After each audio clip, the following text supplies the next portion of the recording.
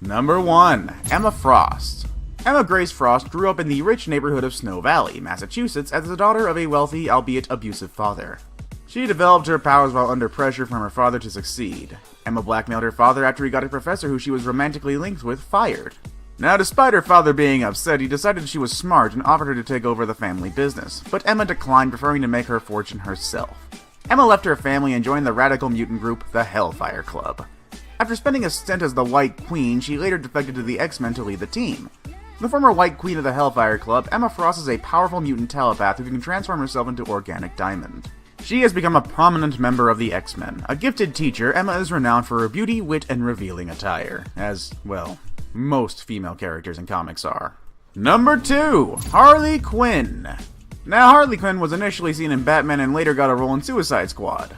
I'll be honest here, if you don't know who Harley Quinn is, you probably haven't seen popular media because she's been over-sexualized to death. Harley Quinn is a flamboyant supervillain and an adversary of Batman, usually recognized as the Joker's girlfriend, although she has had her own strong solo career. She was born Harleen Quinzel, and she had been working as a psychiatrist at Arkham Asylum, where she was assigned to the Joker and fell in love with him. This led to her adopting her own costume persona, adapting the word Harlequin to assist him escape and cause further mayhem. Typically, the relationship is displayed as one-sided passionate for Harley Quinn, and the Joker mostly uncaring, in most cases at least.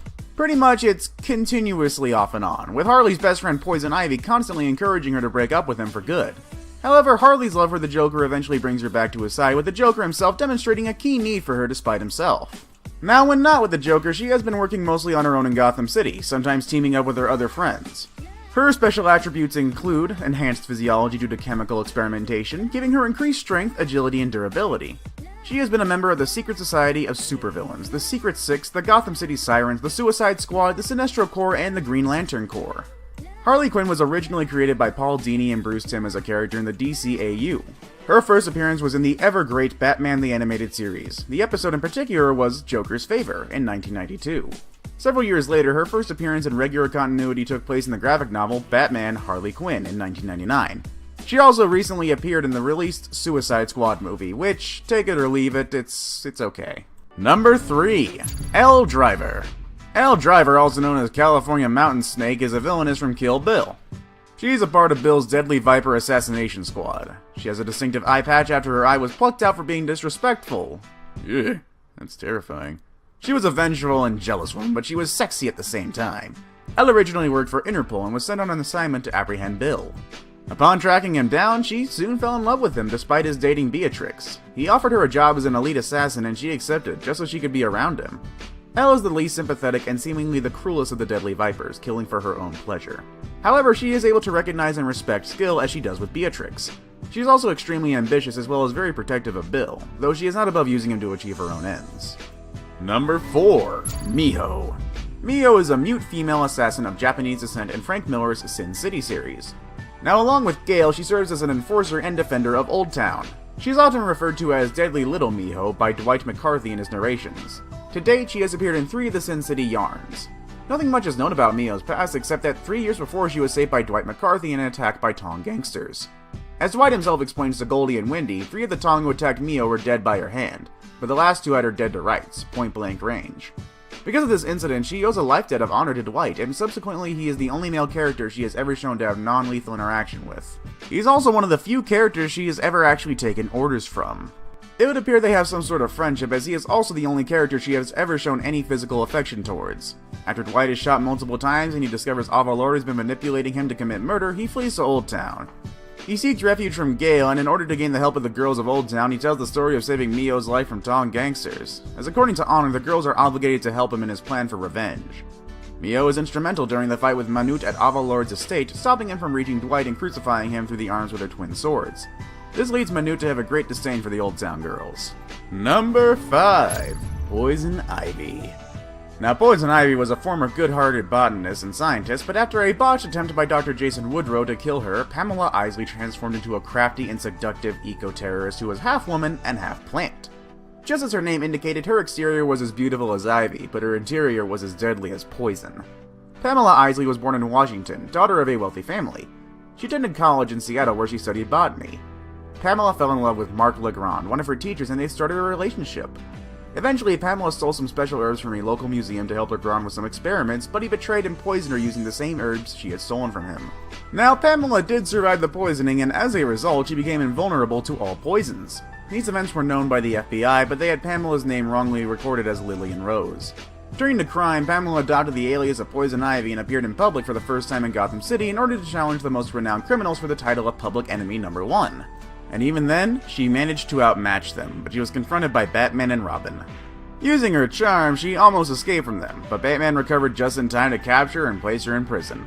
Later, Ivy attempted to escape prison using Batman as her enforcer, but her plan backfired and she was captured once again.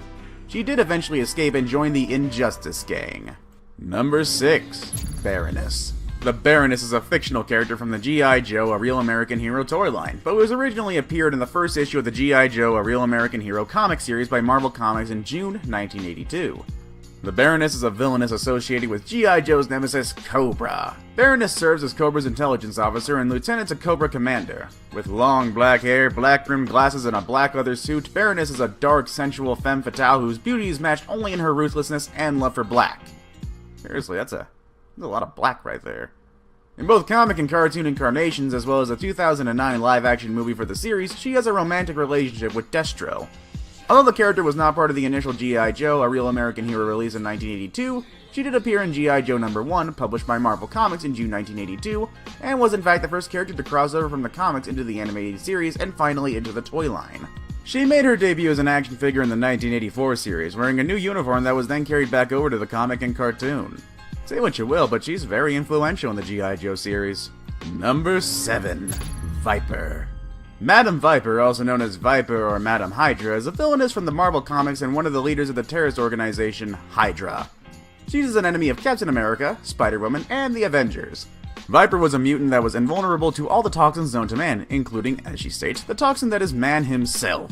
She also possesses snake abilities like a tongue producing venom and regenerating her skin. She's a skilled scientist and a skilled hand-to-hand combatant, managing to be a match for Yukio, though she ended up killed by her. It is also possible that she was a good spy, especially as she was asked to be discreet. She revealed this to Wolverine when he was asking for answers. Like a good spy, I guess. Number 8. Mystique. This next sexy, mysterious star is from the X-Men series. She's played by many women, but mainly and currently by Jennifer Lawrence. Now, Mystique's real name is Raven Darkholme, and if that isn't edgy enough, just wait till you hear more. Little is known about Mystique's past due to the fact that she can eliminate the outward signs of aging with her shape-changing power, and it's not known exactly how old she is. She apparently learned to use her shape-changing power at a very early age, for there is no evidence known to the public or the government that Raven Darkholme ever looked like anything but a normal human being. Now, ever since the X-Men changed the landscape of modern blockbusters in the summer of 2000, Mystique has become a household name. The sometimes good guy, sometimes bad guy, and usually somewhere in between shape-shifting mutant has gone from being a henchman of Magneto to a central character in the film franchise. Now, when Mystique was first introduced to the comic book universe, her powers had more or less the same limits as Marvel's alien race of shapeshifters, the Skrulls.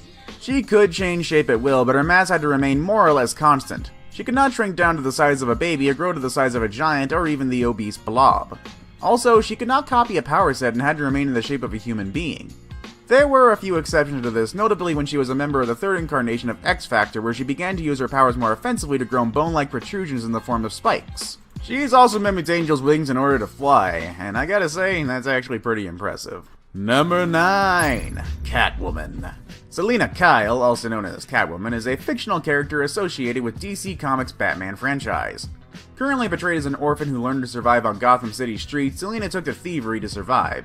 What makes her different from other thieves is that she wanted to do it in style. She learned martial arts and trained extensively to perfect her skills in cat burglary.